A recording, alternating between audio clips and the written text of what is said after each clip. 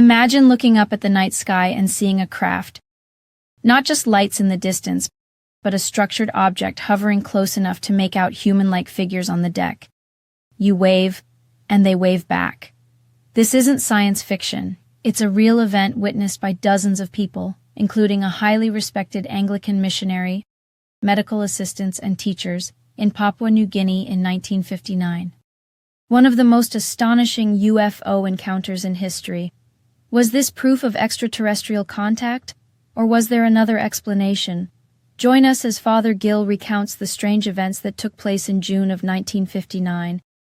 My name is Jessie, and I'm your host on the Hydrogen Line. You don't want to miss what we have in store. Hit that subscribe button and turn on notifications, because this is one UFO story you need to hear. Now on to the video. One of the most credible witnesses we interviewed was an Australian minister, the Reverend William Gill, posted before the time of his sighting to the Anglican mission in Boinai, Papua New Guinea. One night at 7:45, as he stood with 38 other people at the edge of the mission playing field, every one of them saw the same thing. Can you imagine what it's like to look up in the sky and see a totally foreign-looking object there just hovering, not very far high up, maybe 200 or 300 feet up in the air, and glowing, and two bipods jutting out from behind it, from underneath it, and sparkling all around, and some figures up there. This solid-looking object, and figures walking about on top, and not the slightest noise whatsoever. And so we waved. Wouldn't it be wonderful if we could get this object down onto the playing field? And as we waved, wondering whether we'd get some recognition and whether perhaps they would understand what we wanted, they waved back.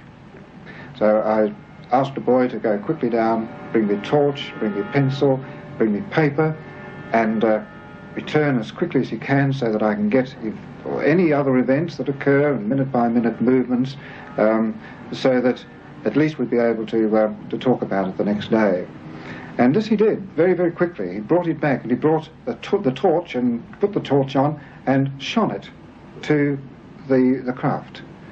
And as he did so, he waved moved the torch this way, and we were dumbfounded when we looked at the craft, and the craft was as though it was responding to the torch. It began to do this too, you know, like a disc-shaped object, just moving the same way, responding to the movement of the torch. Next day, just prior to the evening service, about 7 o'clock, the thing was there again. It had arrived about an hour earlier, and we all decided to have the normal evensong that we do have on those nights, because, well, the thing was out there outside the church anyway, and we felt it wouldn't go away during the service, and it didn't. When we came out, there it was, still up in the sky. And so for another hour or two we watched, and then suddenly it did go, and there was this amazingly incredible speed that the whole craft disappeared to nothing across the bay in a matter of a second or so. Well, now, what are we to think of this kind of phenomenon? People claiming to see things such as I did. There were 38 of us, and we all believe that we saw it, but of course we don't expect other people to believe us if they don't want to.